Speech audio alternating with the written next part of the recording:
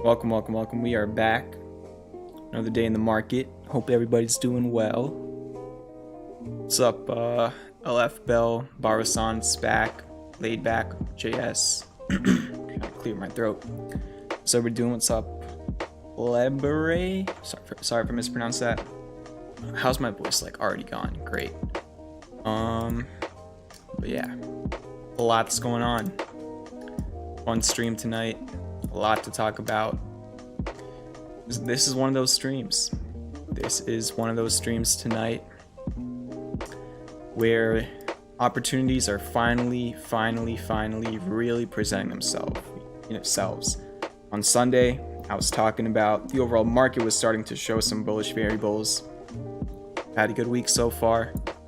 And today, a lot of individual names are starting to show their variables after a couple days of bouncing here. So exciting. I think we're gonna get into everything, but right now I'm seeing very similar variables that I saw in the beginning of March when we had a 12% correction for the NASDAQ, in the beginning of May when we had an 8% correction for the NASDAQ, in September 8% correction, and we just had an 8% correction in the NASDAQ, or dip. Maybe that's a better word to use than correction. But individual stocks, a lot of these ones got crushed in the past. I mean, a lot of them since February they've been getting crushed, but especially in the last couple of months, a lot of these mid caps, the ARK type of stocks that we always talk about, just demolished. But they're showing reversal signs, and a lot of them haven't yet. And finally they are, and we're going to talk about everything. The ARK ETF itself was up 5% today. That shows strength. Wow, I actually sneezed on stream. I don't know why. It's like I'm never able to, but I guess I was today. So yeah, I'm really excited for tonight's stream. Pay attention. Take some notes. Let's get started with Bitcoin. Then we're going to talk about, after we talk about Bitcoin and ETH, we're going to talk about the overall market. After that, I'll talk about VLO, CLOV, Fisker, and then after that I'm going to reveal 10 stocks I'm watching right now. I revealed 3 stocks I was watching last night. I think one or two of them went up a couple percent and then they pulled back a little bit during the day, but I'm going to be sharing 10 new stocks I'm keeping an eye on. And again, typically when I share, my watch list and stocks I'm looking at for the past couple of months, it's just whatever watch list I sent to premium. I just take a couple takers from that watch list and I share them on stream. The 3 of them I shared with all of you on stream last night. I didn't send them to premium before that. And the 10 of them that I'm about to talk about tonight, I haven't sent to premium yet. So whoever's watching the stream is going to be seeing it first. And yeah, we're going to get to that later. Let's get started with Bitcoin, which messed around with the chart a little bit, drew a couple more lines, kind of extended this demand line and supply line. It's kind of still in this wedge apart from this flash crash breakdown. And zooming out, first thing I want to talk about is these little yellow curves I have, kind of like a potential 3 rising valleys. However, I mean, you typically want similar valleys. On this first valley, you had a 50% retrace, and then on this second valley, you've had about like an 886. So it's not the same type of valley. Typically, you want them to be pretty symmetrical, but you've made 3 consistent higher lows now with 2 higher highs. If somehow this low over here holds for Bitcoin and it ends up breaking to a new all-time high, then you have a confirmed 3 rising valleys breakout, but you're very far from that. I'm just charting it for right now. So that's one good way to look at it. The bad way to look at it, though, is if we take away these yellow lines and these white lines and you just look at the green lines, then you have 1, 2, 3 touches of your supply line and 2 touches of your demand line. You have an ascending broadening wedge that it broke down from on the flash crash, and now it just retested what was once your demand line as a supply line, and it pulled 2.5% off of that. So really, I think the most optimal scenario would somehow just continuing to rally here, which again, I mean, it's already up like 20% since the low from the flash crash. I don't know how much space it has before a little bit of a pullback, but somehow just, I don't know, breaking through, getting back up to 59.5k, breaking that. Obviously just going up is good, but if it can't, then I think the next major support's back down to 42k. So that's how I'm looking at Bitcoin for right now. Ethereum still just kind of testing this little supply line and the top of this little resistance zone. And what was once hidden bullish divergence is now turned into classic bullish divergence on the daily for Ethereum because of this low on this candle. So you do have bullish divergence on Ethereum. OMI, I actually drew a new down sloping channel. You had a bullish engulfing candle yesterday, a doji candle today, but actually a higher close on this candle today. And you have nearly confirmed classic bullish divergence. It's looking good to me as long as it can hold 0.0049. All right, so those are the cryptos. Right now, stock futures are ripping. You know, they're not up like a crazy amount, but they were, I think, flat a little bit earlier. So your NASDAQ futures are up 0.4%. I almost dropped my mic. And let me put down the music a little bit. S&P futures are up about 1/3%, and then Russell futures are up 1/3%. So green futures currently. What's going on with the market apart from all that? Let's break it down. All right, let's break everything down. Let's get started with the S&P. Crazy. Now, first thing I want to talk about, if you watched Sunday's night stream, this is what was said.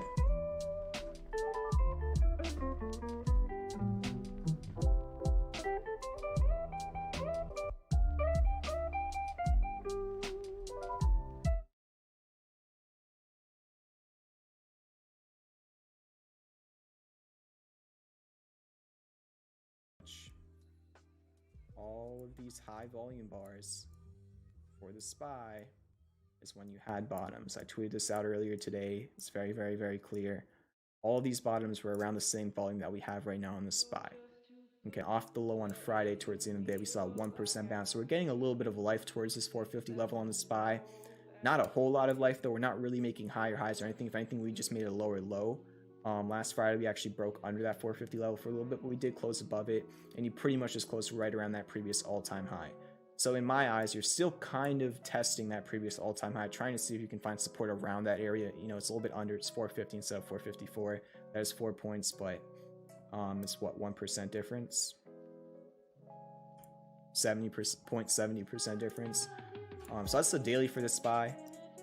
You could probably use fibs here as well. We can see which fib we're at. Pretty much around the 50% retrace. That's where we're currently finding support, 50% retrace Friday. And then your 100-day moving average, you kind of got down to on Friday's low, and then you bounced around that area. So you're still trying to hold those 50 and 100-day.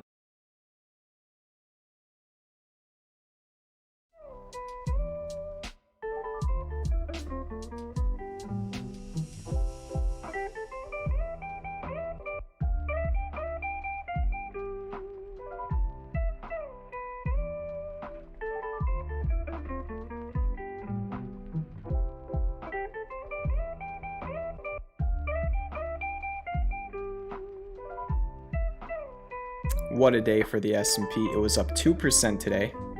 Okay, 2%, gapped up, and then after the gap up, it went up another 0.85% until the close. Off of Friday's low, the S&P is up 4%. So, and really this low was put in like an hour before the close. So really in like just 2 trading days, you've rallied about 4%, which is very impressive. So that's what I want to start off with. Now on Sunday's stream, I also said, I think that at some point this hidden bullish divergence is going to confirm. We're getting closer and closer by the day on both oscillators on the daily. We have daily hidden bullish divergence. And here's the thing, all right? I did stream an hour early, and me streaming early always lowers the viewership. But remember, there's 22 people in the stream, okay? Don't be surprised if we're here in a couple weeks and there's 50 people in the stream, okay?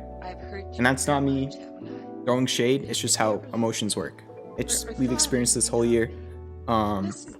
Just don't be surprised, okay? If it happens. I'm not saying it's going to. I don't know. But, wow. Okay, so you rallied up today. You took out multiple resistances over here, and you even reclaimed this little 466.5 level for the close. So, really good close. Also, if we take a look at EMAs for the S&P on the daily, you gapped above all the EMAs on the daily.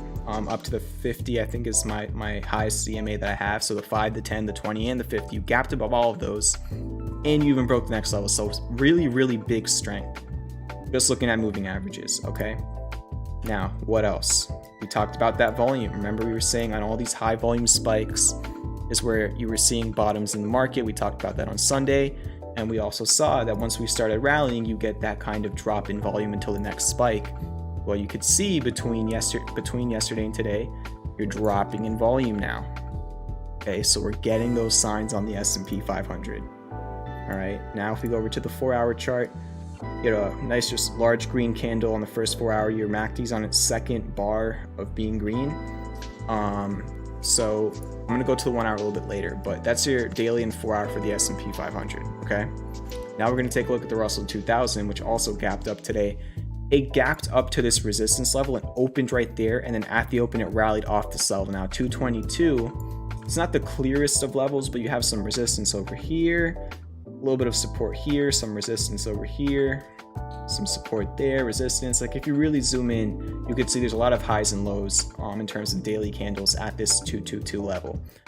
So it gapped above that. For a point during the day, it was above the 200-day moving average. It kind of closed sandwiched in between the 200-day moving average and this support level. I think went up a little bit after hours, and obviously futures are up now for the Russell 2000, and you're in this descending broadening wedge. However, you do have a gap fill on both sides. So you have a gap to fill right over here, and then you have a gap to fill right over there. So you do have a couple gaps to fill in either direction. Right now, like short term, just looking at the daily, I would say the Russell is more of a 50-50 in terms of price action for the rest of the week. I think the SPY actually looks a little bit stronger. However, the SPY has already rallied up 4%, and those lower time frames are getting overbought.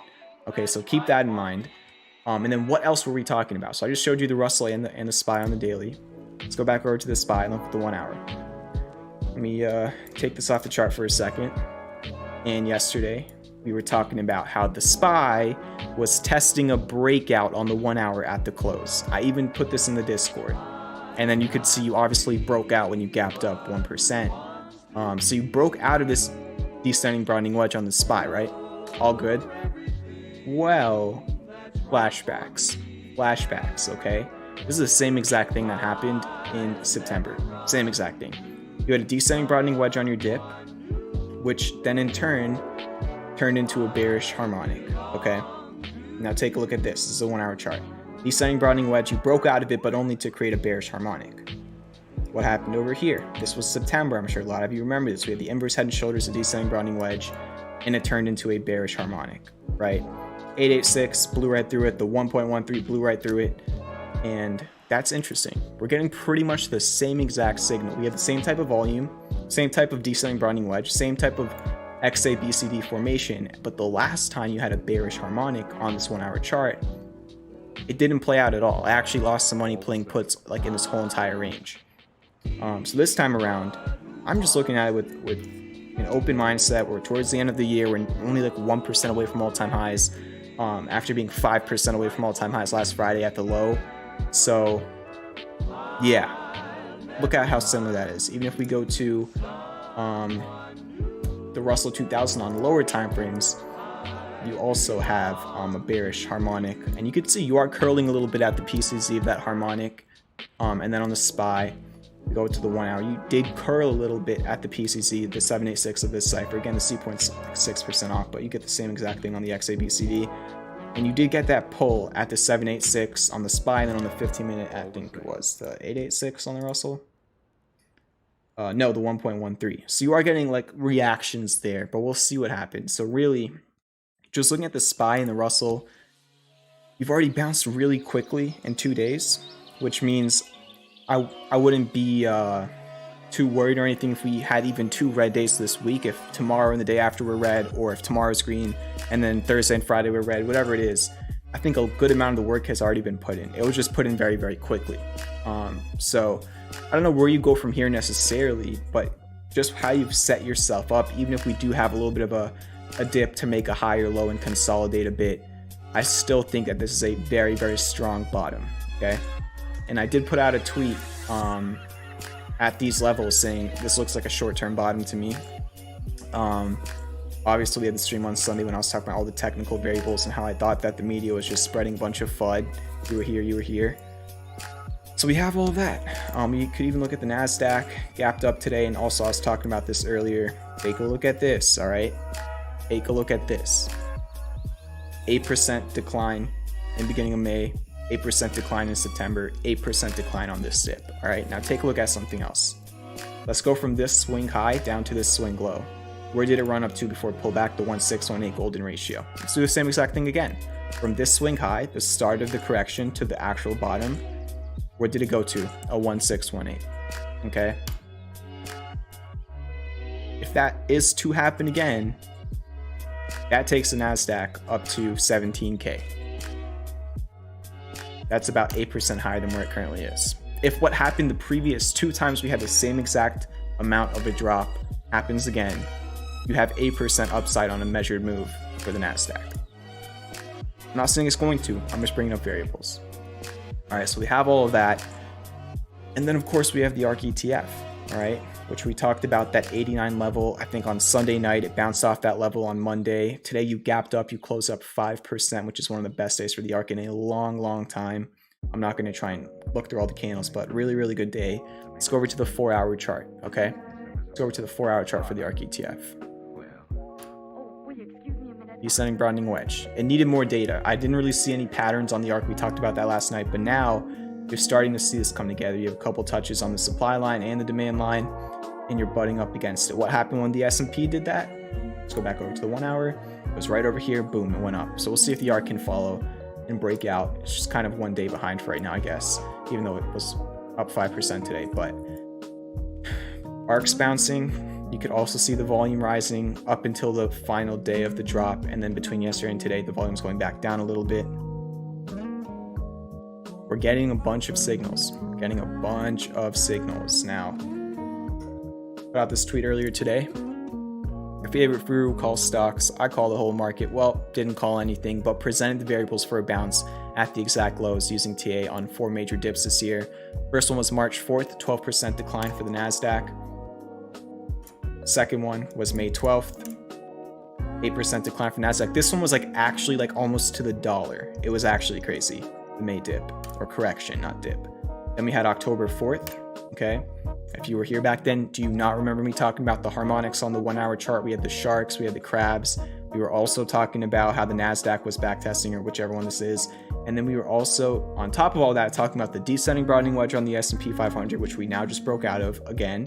And we were talking about the inverse head and shoulders on the S&P 500. So the same types of variables I saw on these 4 dates, when I also talked about them on stream, and go back to those streams, I'm seeing very, very similar price action again, and it's finally correlating to individual names, which I'm going to show you in a little bit. So where does that leave us right now? Well, you have a lot of bullish variables. You have bullish divergence on the daily for the S&P. We're going into a good period for seasonality. We currently have kind of already been in one, and yeah, it's pretty good. However, like I said earlier, we've bounced a little bit quicker than what I would have wanted. Okay, to go up 4% in 2 days on the S&P might mean we have to give back a little. Maybe even if we go another 2-3% higher, I don't think we're just going to go straight up 10%. You know, there's going to be a pullback at some point. But in my opinion, that pullback, and again, we'll see what happens. I don't know if news comes out, whatever it is, but that pullback for me is an opportunity. That's not financial advice. I could be wrong. But yeah, we're seeing a lot of variables. It's really, really interesting. And again, I'm talking like 2 to 3 weeks out. I'm not really talking like literally for tomorrow and the day after. So just keep that in mind, because if you go down to 1 hour charts, like I said, we do have, let's go over to the Russell 2000, nearly overbought RSIs. We go down to the 15-minute bearish harmonic. We go over to the SPY on the 1 hour. You're nearly overbought. You're at a PCZ of a bearish harmonic. So you do have lower time frame variables that you're showing a little bit of exhaustion. You're a little bit overbought because of this quick rally. So yeah, apart from the indices, the US 10-year trying to reclaim this little support. And look at this, the VIX. Cheddar Freeze did a great job with the Bollinger Bands. She was right. Same thing happened again. Went on top of the upper Bollinger Band. Boom, that was the top for the VIX. And now it didn't only just give up that level, that 3139 level. It also gave up both of these highs, all of these highs, and it closed under all of that previous resistance. So that's now once again resistance. So good stuff right there on the VIX as well. We go over to gold. It's going sideways. The dollar sideways, so nothing too much that changed right over there. So yeah, these are real variables, and we'll see what happens.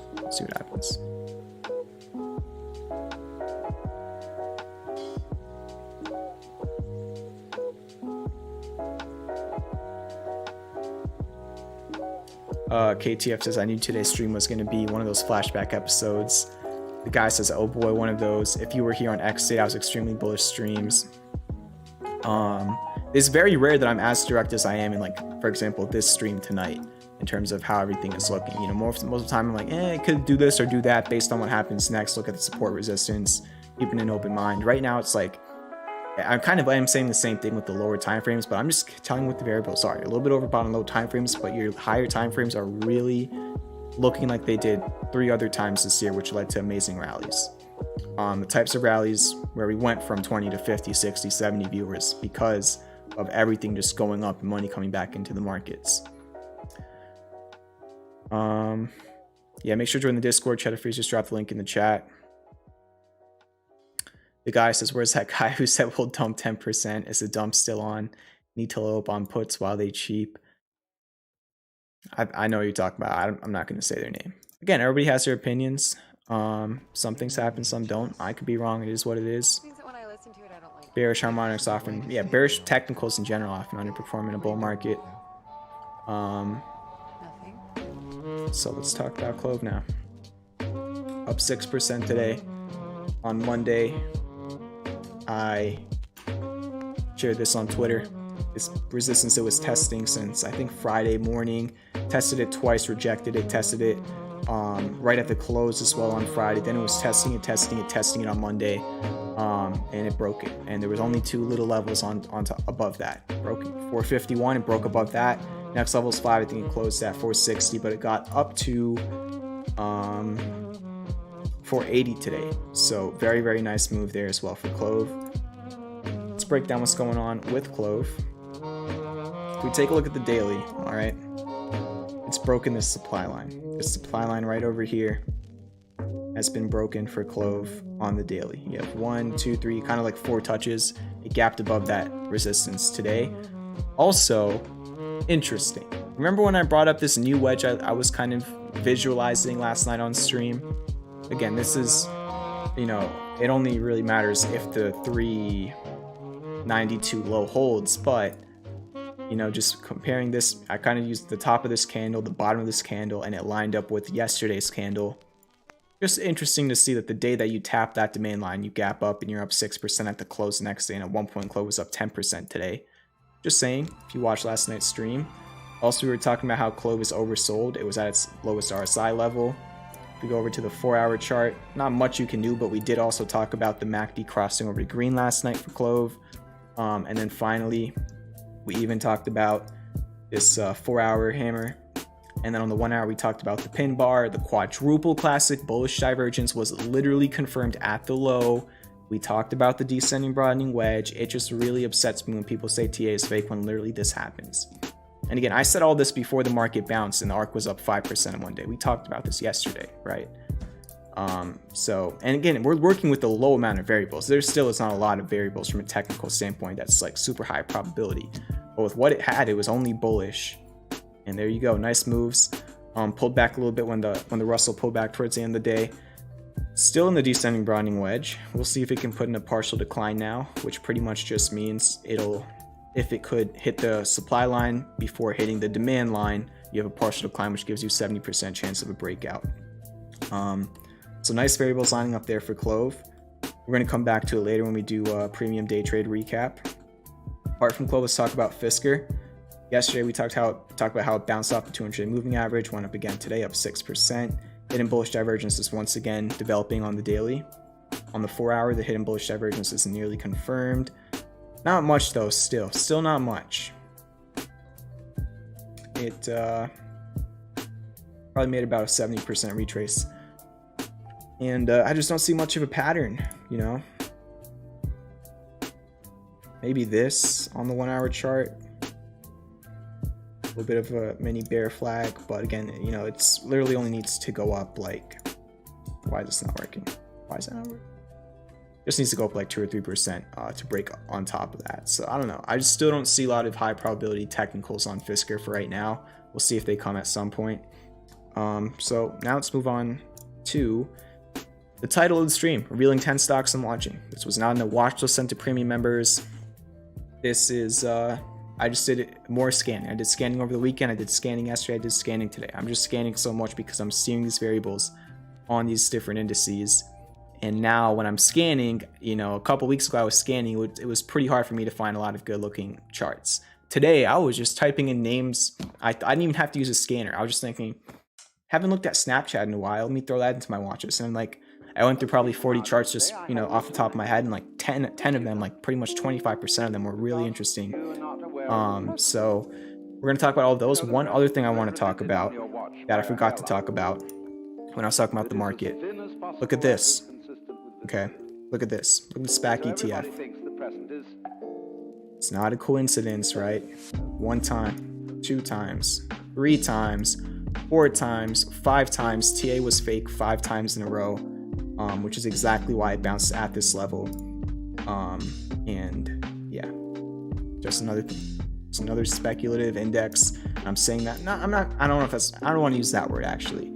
But a lot of SPACs are speculative. I'm not saying all of them are. I'm not going to say this indexes or ETF is speculative. That's probably not the best way to word it. But more speculative money rather than, you know, large cap tech stocks and blue chips and stuff like that.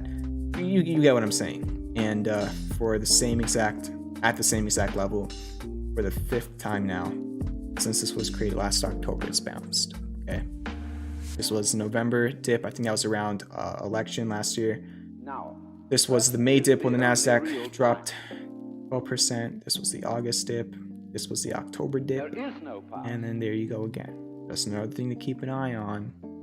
And there isn't a future. Can't wait to come back here in a few weeks, see what happened. And there never will be. Even if I'm wrong, can't wait to see how this doesn't play out. I mean, if that happens, I'll learn something new. And I'm not just saying it for this, I'm saying it just in general. But let's talk about the 10 stocks I'm watching. I'm not in any of these right now, but I just want to share them. They're interesting charts to me, not financial advice. Last night we talked about the Barrick Gold Corporation stock, which pretty close to a bullish cipher inside of the falling wedge.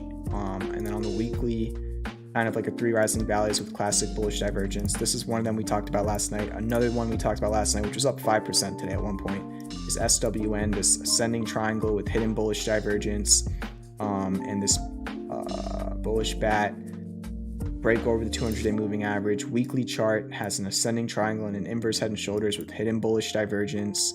We talked about that one last night. Now keep in mind, you might be seeing these boxes on SWN like I just showed you, and then also on gold.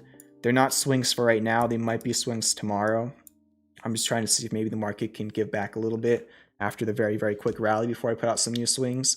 But they're already lined up, as you can see. They're just not swings as of right now. But if I do publish them, they'll look something like that. Obviously, if it drops a little bit, I'll lower the entry, whatever it is. And then I also talked about BGFV last night. It was up like 0.25% today, but still just watching to see what it does at this level. Major support and a previous resistance. So those were the 3 ones I talked about last night.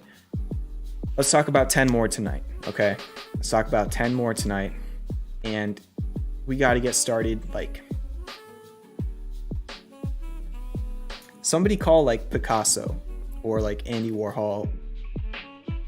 Somebody just call an artist. Okay, just call an artist. And I'm saying call for a reason. Okay, I'm saying call for a reason. With your phone, call. AT&T is, no, seriously, somebody NFT this, put it on a poster. Like, I don't even know what to say. I might be the only one that cares about this, but whoa. Okay, so we're talking about AT&T, the boomer stock, some people would say. You know, why would you want to be in AT&T? They move so slowly. Whoa. Let's zoom out on the weekly chart. I don't even know how I got here earlier today, but I'm so thankful that I did. Where do we begin? Where do we begin on this? I mean, we're talking about 1994. AT&T consolidated between 1961 and $23 in this little range, or going to the moon. Came all the way back down years later in 2002, tested the same exact level, held it. It sprung, it back tested the spring, as Mitch Ray would say, and it ran. Okay? What happened? Financial crisis. It dropped. Where did it bounce? In this yellow box. Ran back up again. Okay. 2016 dropped into the COVID crash and dropped and dropped. And it actually really has just not done what the market has done since the COVID crash. It's vastly underperformed. Okay, so you have divergence there. And again, some people might talk about that as weakness. Some people might talk about that as an opportunity. What else do we have just apart from this insanely amazing almost 3 decade long support? We have a bullish shark. It's at the PCZ at the same time on the weekly. Barasan with the $5 tip. Thank you very much. First tip of the night. Let's get some vibes in the chat for Barasan. Some positive mojo for these potential swings. A lot of them are potential swings. We'll see which ones become swings or not. I'm probably not going to put AT&T out as a swing just because it's a very slow moving stock, but I might get some leaps on AT&T. I don't know. Thank you again. Vibes in the chat. All right. So PCZ of a bullish shark. At the same time, you're at the PCZ of a bullish crab on the weekly time frame. Okay. If we go from this swing low over here, you can see on the daily a little bit better. Zoom out. Where this yellow circle is, that swing low up to this swing high where this yellow circle is, you're at your 1272 extension. Let's go back over to the weekly. Okay. You have potential classic bullish divergence on the weekly. I'll be surprised if this doesn't confirm at some point. You've already made a lower low. I really don't think that this MACD Island is coming from over here to under whatever this one was. I mean, you're already at a lower price. Most oversold the RSI has ever been for the history of this stock. Okay.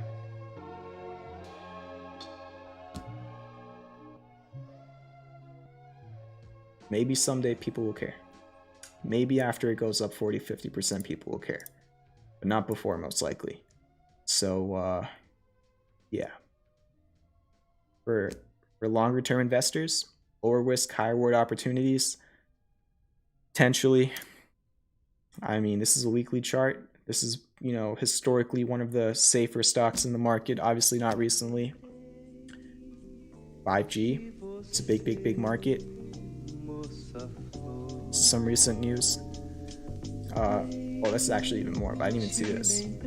Poised to expand fiber subscriber space by at least 1 million for the 4th week in a row. This was the news I actually wanted to bring up. AT&T secures $161 million task order to upgrade U.S. Coast Guard's data network. Not a huge deal. I don't think that's a huge deal for AT&T, but just recent news.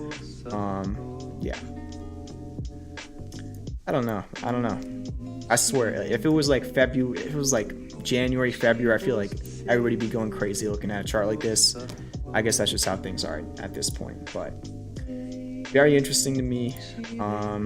Let's move on to the next ticker in the watch list. GameStop. Okay. GameStop is at a demand line right now of the symmetrical triangle.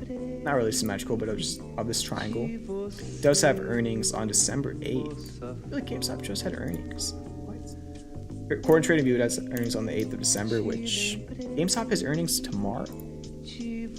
I gotta go check the earnings calendar from Cheddar Freeze. I don't know if the weekly one's in announcements, or if it's just day by day, but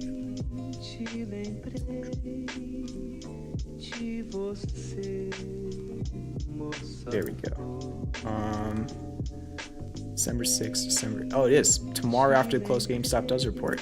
Okay, so they do have earnings. All right, that kind of can make this go either way. It could help or not help at all.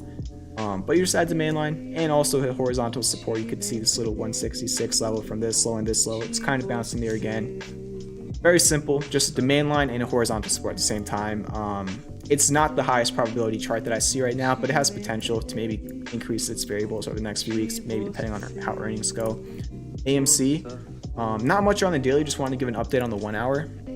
If you watched last night's stream, it was right over here at the close. And I was talking about how there was like an inverse head and shoulders descending broadening wedge with classic bullish divergence on the 1 hour chart for AMC. And yeah, AMC I think was up 10% at one point today. So if you watched last night's stream, there you go. We also talked about how it was a trade for premium members. It was alerted yesterday. And that ended up being a 40% profit so far. Of course, it could keep going. It's still just testing the neckline, and it's only you know, from this high of the pattern to the low, it's not even hit a 38% retrace. So it hasn't even hit textbook targets yet. But already the options went up 40%. AMC's next one. So we just talked about AT&T, which I already talked about on Twitter and Discord. We talked about GameStop, which I kind of talked about last night. Same thing for AMC. The rest of them are all completely new that I didn't talk about recently. So let's get into the rest of the tickers that I'm keeping an eye on. First one's Twitter. Okay. It's breaking out of this little wedge. It kind of had a big fake out day over here. I don't know if this was the catalyst of like the CEO or whatever it was. I can't remember, but breaking out of this little wedge over here. MACD is getting close to crossing the green. RSI was just oversold. Also, this 44.59 level was a low from last October, resistance last November, and a low from January, and that's where it's deciding to show some life for now. Again, I'm just keeping an eye on these ones. Okay, close to a bullish engulfing candle yesterday. I think gapped up just a little bit. Twitter's next one. What's similar to Twitter? Snapchat. Take a look at Snapchat. You have a bullish arc, C points a little bit low. Hit the 1.13 retrace, and since it hit that, it bounced up 11%, and it's kind of springing as well. It doesn't really look like white coffee accumulation to me, but you're getting a spring for right now. You're reclaiming this little zone that was supported last December and March and May, reclaiming that on Snapchat with classic bullish divergence on the daily RSI. I'm going crazy tonight. I can't wait till there's... It's all good. Let's keep going. Pinterest. It's at the PCZ of, again, a lot of these harmonics are 5 to 6% off. You know, they're not really super textbook, but you're getting XABCs with close to the levels you want to see. In general, you know, they're a little bit off. We've had some extreme selling in a lot of these types of names, but again, divergence on the daily, near the golden ratio after having a near golden retrace on the B point at a $35 level, which was a consolidation area from August and a high from August of 2019. Like, am I going crazy or not? Am I going crazy or not? Are you all seeing these types of things that I'm seeing? Like at the same exact time, this is what happened in May. This is what happened in October.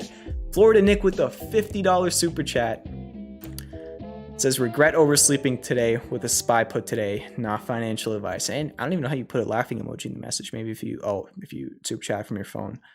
$50 tip? All right, I think Florida Nick is catching my vibe. Florida Nick knows what I'm talking about right now. All right, appreciate the $50 tip. Vibes in the chat for Florida Nick. Hope you're doing well. And thank you for all the amazing tips you've sent. I want to see some vibes in the chat right now. Really appreciate it. But that's Pinterest. Let's keep going. I know Medi's in the chat. He's been talking about this one recently. Not a lot of variables on the daily. FUBO has classic bullish divergence on the 4-hour, and it's breaking out of this little channel. It's breaking out of this supply line after the gap up today. But we've been talking about this 1750 level for weeks whenever somebody's been requesting FUBO on the stream, from this low and this low. Go figure why it's bouncing around that level. It's kind of like all of these stocks are bouncing in the most technical way possible when the indices for these stocks are also showing the most technical reasons for the bounce we saw today and potentially for the next couple of weeks, give or take a couple pullbacks if you're going to be rallying too quickly. It's almost like that's what we're seeing. Let's keep going. Let's keep going. UWMC. Haven't looked at this one in a long time. I've had this falling wedge charted for a long time. It's approaching the supply line. Very, very simple. From this high up over here and from this high over here, it's approaching that supply line. Kind of inverse head and shoulder like, but it's a little bit scuffed. Just keep an eye on it to see, you know, if it does break out. Technically, all it has to do to break out is go sideways. If it can start showing some nice volume, we'll see. Next up, DraftKings. We talked about it on Sunday. It was retesting this low from July. It bounced off of it today, went even higher, and now I also charted a little bit of a supply line, which is close to testing with classic bullish divergence on the daily. Yet another one, and I just haven't seen so many charts look like this at the same time in probably a couple months, probably since that first dip we had September. SOFI. This was a failed swing not too long ago, but now you can see it's bouncing off of this historical support area. Okay, after a hammer candle yesterday, pretty much. Bouncing off of it with pretty much a bullish shark as well. So it's almost like we're getting major harmonic patterns at historical levels with divergences on the daily. And at the same time, we're breaking supply lines while the indices are showing bullish variables and volume signatures. So yeah, If none of this plays out, I just hope you learn something about technicals, because these are the type of technicals that play out 65 to 75% of the time. If the 25% chance happens, at least you learned, learned about what higher probability setups look like across the market. But we have a lot of them right now. So to 26 people currently watching, congrats, good job, and thank you. Well, those are the 10 takers I wanted to bring up. AT&T, I can't stop thinking about AT&T. Like, seriously, I just wish, like, I don't know, I wish like people cared about this as much as I did. Not like AT&T, but like technicals in general, because like we're seeing the composite operator doing its thing, you know, if we can call it the composite man doing his thing when things are very, very quiet, when nobody wants to think about stuff apart from one green day. It's when all these opportunities arise, and then you have crazy markups, and then you're going to go on Twitter, you're going to go on Reddit, everybody's going to be telling you how bullish the market is. Meanwhile, all your RSIs are going to be at 80, you're going to have classic bearish divergence on the daily, but people are going to be buying it because they're in uptrends with high volume. And the market's just going higher and higher, and there's no more resistance until it drops. And then the comps operator puts them back down, does the same thing again. Hopefully, eventually, every time it happens and happens and happens and happens again, more people will start thinking about why the same thing is happening, why we keep getting these cycles, why the news is going to start talking about a bunch of different FUD, and then literally we take out 2 weeks of dropping in 1.5 days. Just the comps operator doing its thing, just TA being super fake, of course. Hopefully you enjoyed that opening hour to the stream. Haven't really read the chat too much. Thank you again, Florida Nick and Barasan, for the tips. Hit the like button, hit the subscribe button, join the Discord, the links in the description. Watch the course, that link's in the description. If you want 2 free stocks, that's in the description. Premiums in the description, everything's in the description. Let me read the chat for a second here. So let's go.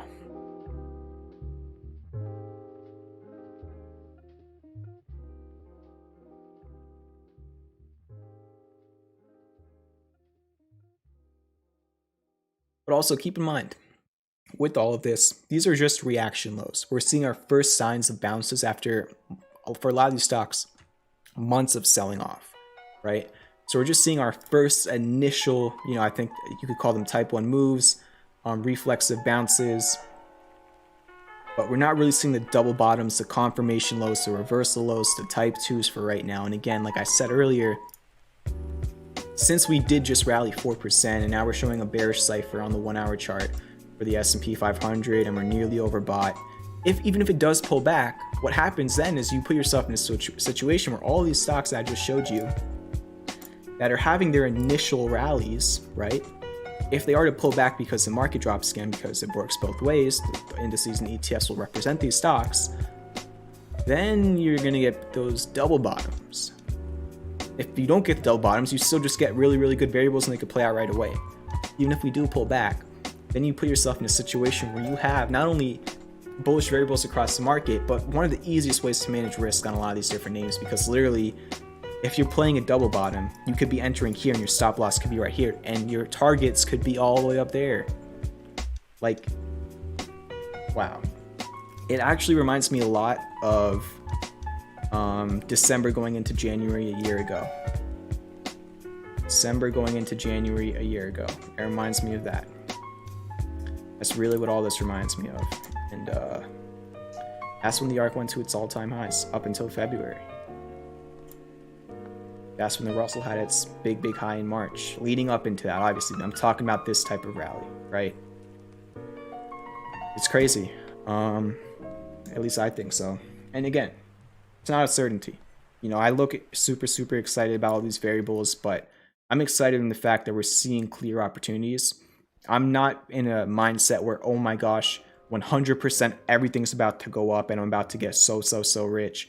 No, I'm looking at this as we really haven't had a lot of opportunities in a couple of months. Now we're starting to get them, like, so easily. They don't play out. They're low risk opportunities. We're talking 5, 6, 7% stop losses. if they do play out, a lot of these stocks have been correcting for 4 or 5 months and they're down over 50% from their highs. A lot of these stocks are going to make all-time highs again one day. Same.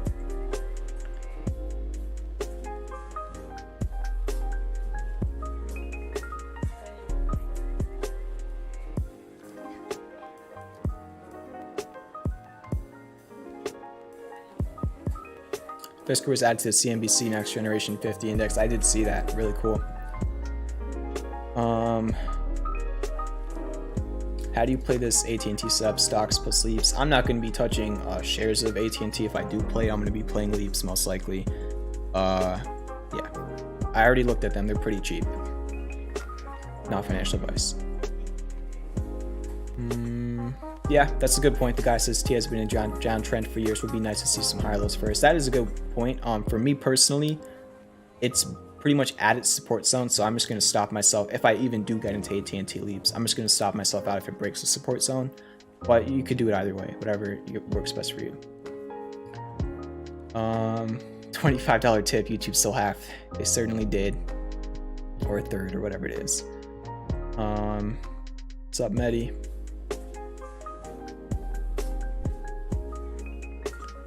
Medi says my watch is looking similar to Champ's.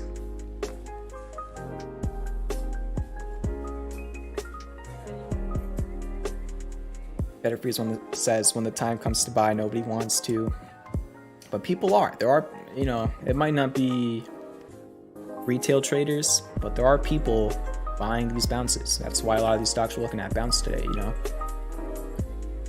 But yeah, I absolutely get what you're saying.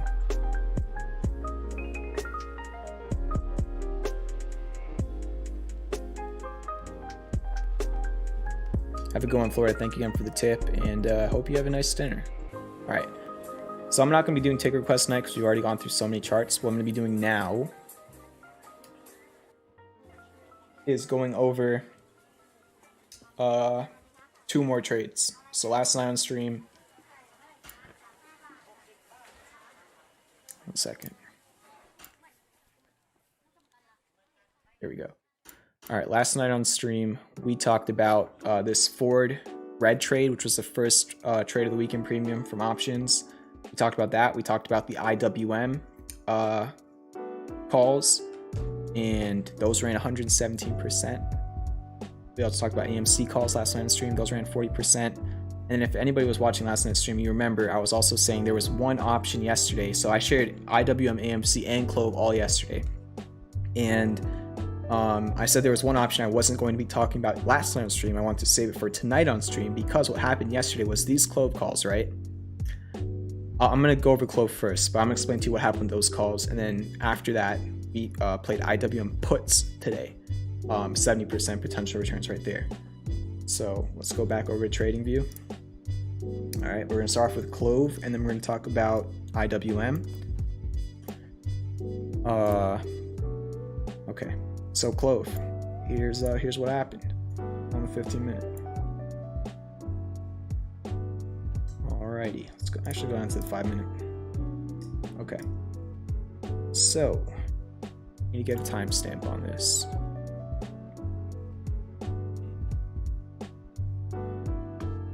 Uh, 10:58. December 6th. Okay. All right. So right over there is where I alerted CLOV calls to premium members yesterday. All right. The Waffle Maker says what happened to the new overlay. It's gonna be here soon. I said it the other night. It depends when I have time. The latest it'll be is for Sunday night stream. I alerted CLOV calls right over here to premium members yesterday. Variables behind it. You had this nice V-shaped recovery. I don't even remember really half of what it was at this point because you just had like 3 more trades after it. I'm trying to figure out.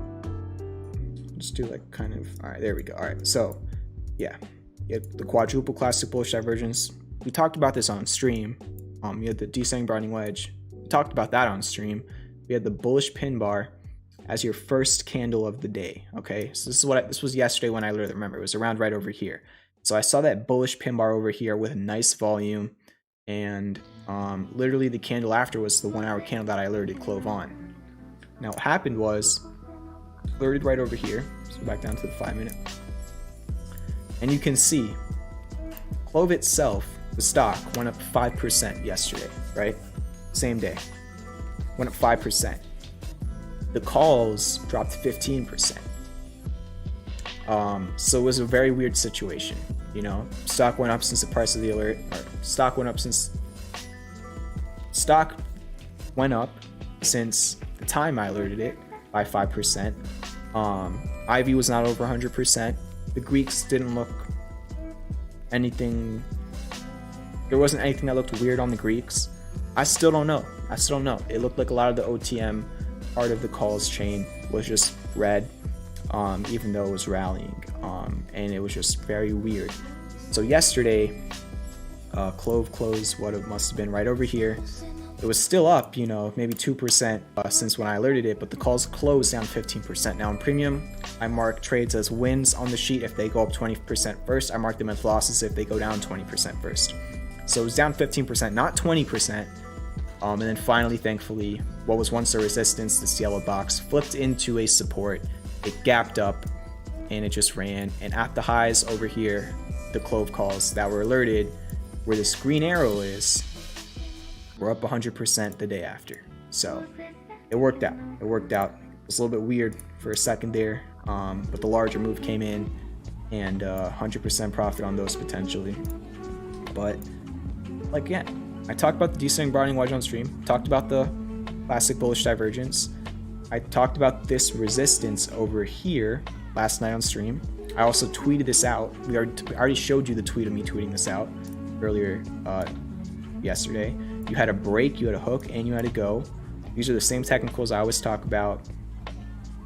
And I'm literally going over the options trades night by night, telling you all what I'm looking for. So even if you don't want to join premium, if you can't afford premium, whatever the reason is, like, I'm trying to do everything in my power. I did the same exact thing on AMC as well. We talked about it prior to the move, and the move happened. So a lot of these trades in premium, if you just watch the stream, I'm not going to alert it to you through the stream because I'm not live. But if you just watch the stream, I'm showing a lot of these trades ahead of time, days ahead of time sometimes, when I'm looking at charts. And I'm doing this day trading segment, or just this options segment, so you all can understand what I'm looking for. So even if you don't want to join premium, you can see the formula I'm using to a certain extent. There's a couple things I gotta keep up my sleeve. And there you go. So that was CLOV. That was the first one. Now let's talk about the Russell. This one was wild. All right. So we already broke down the calls last night on stream. I already broke that down for all of you last night on stream, but take a look at this. Right where this green arrow is where I alerted Russell 2000 calls yesterday to premium members in the morning. Okay, that's where I alerted the calls. And this green box showed how far these calls were profitable, right? At the high up over here, the Russell 2000 calls were up 117%. So alerted yesterday, and then today when it was up over here, it was up 117%, the calls. But then I noticed, I'm gonna delete this for a second. I'm gonna delete both of those actually. I noticed on this candle right over here, you had a bearish engulfing candle. Okay, bearish engulfing candle. You had classic bearish divergence developing on the 15-minute. And what was the context? You were at the PCZ of a bearish shark, roughly. And that same exact resistance was resistance over here and over here and over here. So bearish technicals across the board, and right where this red arrow is where I alerted puts. And on this move, they went up, well, 70% since my alert. So basically what happened was I probably alerted puts, you know, some around over here, and then it rallied up to over here first, and the calls were down 19%. Like I said earlier, I marked them as red when they're down 20%, and I marked them as green when they go up 20% first. So the calls were literally down 19%. I was like watching it, like biting my nails, and I'm like, oh my gosh, no way. But then boom, the move it came out of nowhere. Well, not out of nowhere, actually. Something happened on the 5-minute chart, which was actually freaking me out even more for a little bit. But on the 5-minute chart, it broke out of this little bull flag with almost confirmed hidden bullish divergence, but it never confirmed, and it couldn't break this little resistance zone. And then after testing it for like 2 hours, and keep in mind, in those 2 hours, the calls were down like 15 to 19%. So anybody who cost averaged or just didn't see the alert right away could have gotten not only what was a 70% profit just from, you know, from like right over here to down over here, right? So, you know, from here to here was the 70% profit, but somebody who was entering the puts up over here, I didn't do the math, but it's more than that. So yeah, that was really cool for the Russell 2000, where literally played the upside on calls yesterday, and then at the top went from calls to puts, and then you got your drop. You even had like it's called 3 Black Crows. I keep asking because I always keep forgetting. Is that the name of the opposite of 3 White Soldiers? I need like bookmark this or something.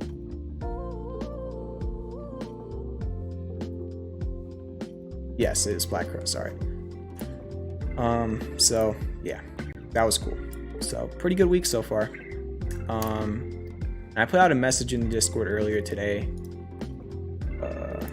So this is so far how the week's gone in premium for options trades. I shared a couple swings yesterday, and like I just showed you, I showed you 3 different stocks last night on stream. I just showed you 10 tonight on stream, 13 between yesterday's stream and this stream. However, I haven't alerted any new swings because what we were talking about with the market, the 1 hour bearish structures, just rallying really, really quickly. I'm bullish on the market, but the move was just very, very quick. I want to see if maybe not, but maybe we can get a small dip, and that helps out a little bit better, because that last round of swing stopping out was just horrible. But the options have continued to be amazing. So if you're in premium, congrats. If you're not in premium, congrats as well, because I'm talking about on the stream. Hopefully you got some education from it. So yeah, but that's what I got for tonight. We're not going to be doing take a request tonight. I'm already on Chrome. So yeah, that was a lot. Took me about an hour. Hopefully you learned something in this last hour.